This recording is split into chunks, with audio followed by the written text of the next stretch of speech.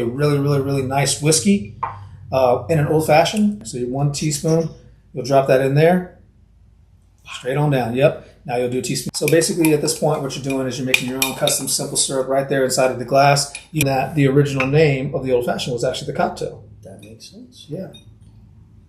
A little stove right there. Guys, welcome back to the Art of Whiskey. I'm here with my man Stan, the Rye Man, and it's your guy, Mr. Best, the Craftsman. And today we're talking old fashions. Now, Stan, you used to enjoy old fashions quite a bit. I still do too. Sometimes. Sometimes. If it's not whiskey neat, I'm gonna give me an oldie. Hey, man, I'm 100% with you now, and so it's crazy. It hasn't always been like that. It's funny, how our whiskey journey has brought us to this point where it's like when I'm making cocktails now, I'm not looking to mask the spirit. I'm actually trying to enjoy the spirit. Elevate it. There you go. That being said, man, so with you, on your whiskey journey and, you going from old fashions and now to drinking whiskey neat, what did you used to look for in an old fashioned? What did I used to look for? Something that tastes good. I just wanted it to be good. I didn't want it to be bitter. I didn't want it to be overly bearing. Yeah. I didn't want it to be super harsh. I just wanted to enjoy the drink, and that's why one reason that I started drinking the old fashions.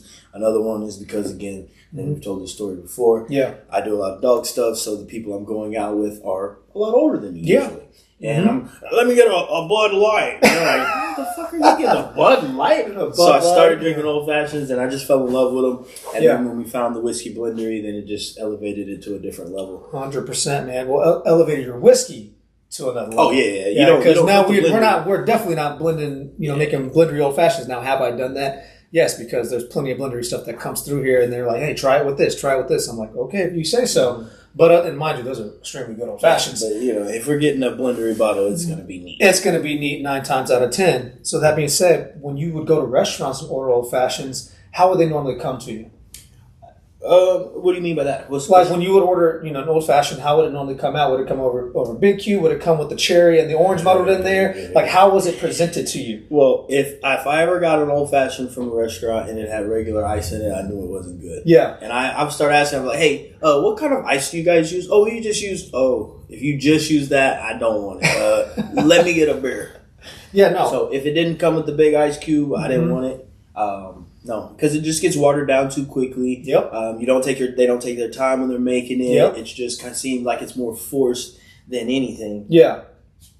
So, old fashions that you would order, you said you would always look at the ice. Yep. Big cube, had the little cubes. You didn't prefer it because it dilute too quickly, water it down. So, ice is something that you look for preference-wise. Also, once again, I asked about the muddled cherry, the oranges and stuff like that. Do you prefer like that, or do you prefer that strained? It just would depend. Okay. It would depend on who makes it, because you can tell if the bartender, cared about making the old fashioned, or if they didn't. Yeah. And there's some where you can be like, they didn't stir this the 38 times that it took. You know what I mean? You can start tasting the difference in them, and then you get it and you stir it up. Then it's a little bit better, and it's like, they rushed it. And if you're rushing my old fashioned, it's like, that's going to be reflected in your tip at the end of the day. No, absolutely, no, 100%. So, that being said, the other night, Eric, Chance, they're here. We're talking, I did a little old-fashioned, lineup with all the Rieger stuff. And even Chance had mentioned, he orders specific types of whiskeys when he orders his old-fashions, because he's all I get to choose, because whiskey is a preference. And if you're a whiskey drinker, people, as we're learning, you and I, that we actually want to appreciate the whiskey. We want to enjoy the whiskey and taste it now. Yep. We used to mask it. I mean, even the man's best friend recipe that I originally created was more so based around masking the whiskey, but giving you some sweetness, but still tasting like an old fashioned at the end of the day, but it's just so smooth it goes down. Yep. Now, I'm not going to lie, I made one the other night and I tried it. I was like, yeah, this is good if you if you don't want to taste it. If you don't want to taste it, and I mean, mind you, the sweetness was overbearing. I was like, man, and mind you, I had already dialed back some of the sweet stuff in that recipe because I'm like, this is crazy now, bro. I can't even do it. So, that being said, started doing some research. I was like, you know what? Let me go back and really start to learn, because in my years of making cocktails and being a craftsman and bartending and all that stuff like that, I was always great at execution. I would what you call a speed well bartender or a speed bartender. I was the guy in the service well making drinks for the entire restaurants. So I was, competitive, right? I was all about speed and efficiency and making sure even if I'm rushing the drink, it still comes out immaculate. Yeah. So that was my biggest thing. Is like I can send out a drink and rarely ever have I had drinks ever come back. And if they ever came back, it was only because it was probably sitting in the well too long before it got to the table. So that was my big thing. But it's one of those things when it came to me, walking down this road, learning more about whiskey, I was like, you know what? Chance said he prefers this type of whiskey, and even Trev asked me last night, do you think you can make a drinker's drink? And more so for someone to enjoy the spirit versus actually trying to master the spirit. And I was like, well, that's funny you mentioned that, because I've been doing some research on just even the history of the old fashioned. And, in the early 1800s, the original old fashioned, or the original cocktail, this is where the name cocktail came from. It was basically a spirit, sugar, bitters, water. That was it. Now, at the time, the whiskey, the reason why they did that was because the whiskey used to be very, very harsh. So what did they do? They added those components to kind of mask it a little bit and soften it up a little bit so they can actually enjoy it. Then you fast forward, and mind you, that cocktail, they just called it a cocktail at the time. It wasn't even called it old fashioned.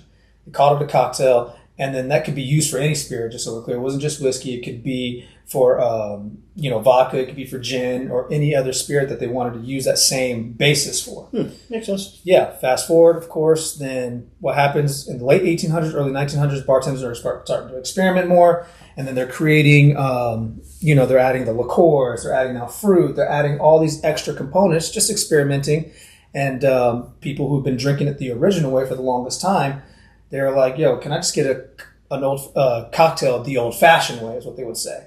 So that's hence the name where the old-fashioned came from. Interesting. So a little, walk down history lane. A little history lesson for you folks out there in TV land. Yeah, that being said, okay, well, let's go ahead and create a drinker's drink, or in this case, an old-fashioned that caters to the whiskey drinker. In this case, it is the original old-fashioned, or the original cocktail, because when I tried it, I was very shocked. I was like, wow, you can actually, mind you, our whiskey isn't trash like it was back then, so the flavors were very prominent. And mind you, the sweetness didn't overpower. You could actually still enjoy the whiskey. And I was like, oh man, this is what I would drink if I was going to do an old-fashioned now. So what would be the first step that we need to do, man? That's what we're about to do. We doing a lot of talking. I'm not trying to drink. I know, man. I had to walk you down a little memory lane. Now, 1 teaspoon of sugar, my friend. Go and do the left glass. Wait. You're the bartender. I sure am, but this is for me to teach him so he can make this at home. If he ever wanted to enjoy an old-fashioned at home on his own, I couldn't be there to make it for him, because I know I can't be everywhere at once to make everybody's drink. Whiskey neat. No. I ain't the Santa Claus of, cocktails or anything like that, but. All right, so. Here we go. 1 teaspoon. And that's TSP? What about, what's TSP? TBS is table. Okay, so don't confuse those. Yeah, because then you have way too much sugar in there. So 1 teaspoon, you'll drop that in there. Straight on down. Yep. Now you'll do a teaspoon of water. Same thing. So all you're basically doing at this point, people, is you're creating your own custom simple syrup inside the glass without actually having to go through the process of heating it up on the stove, all that little stuff. So then he'll go ahead and add the teaspoon of water. Yep, it's right on there. Grab that spoon. You're going to put that down. Bam. And then now you're going to get in there and you're going to just stir that up until the whiskey starts to dissolve. Or not the whiskey. The sugar. The sugar starts to dissolve. That's clear whiskey. Yeah.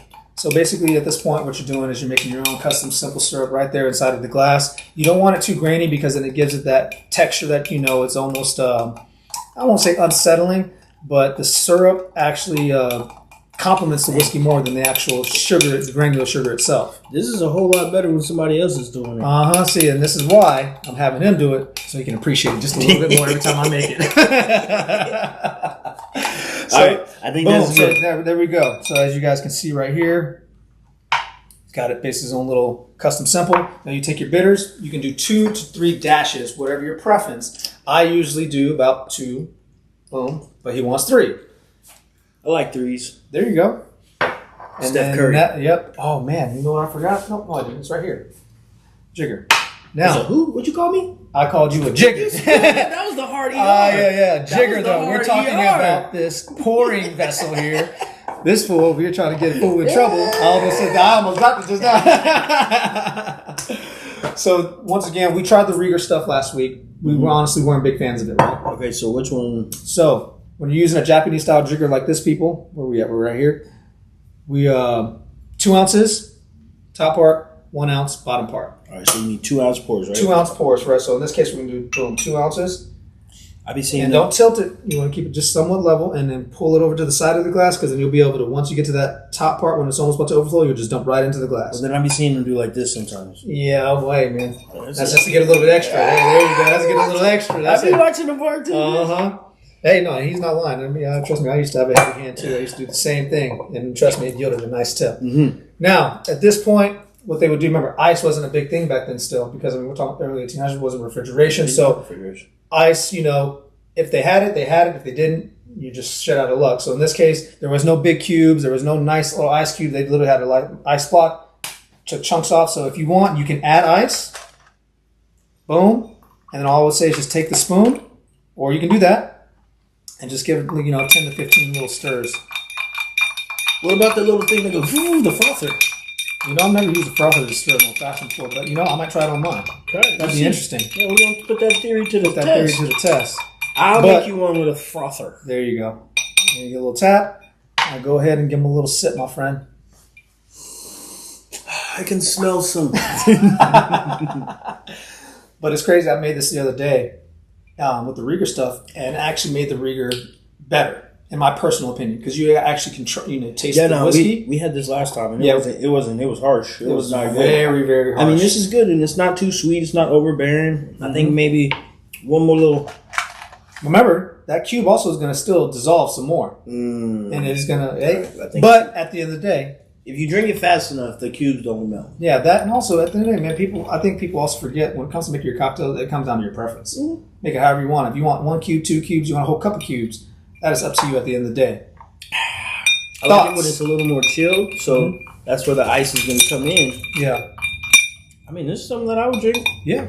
And, that's what I'm saying. So imagine doing that with the blender stuff. Not that we would, but if there was one that we wanted to enhance a little bit, this is kind of how I would do that. If I wanted to enjoy a really, really, really nice whiskey in an old-fashioned, I wouldn't do the muddled cherry, the orange, all the extra stuff that we normally do. I would do it just like this. Mm-hmm. I think this is your drinker's old-fashioned versus... doing all the extra stuff. And even like I said, when I've done the man's best friend, you've had that many times. Mm-hmm. Now we have it. It's like overly sweet, right? A little too much.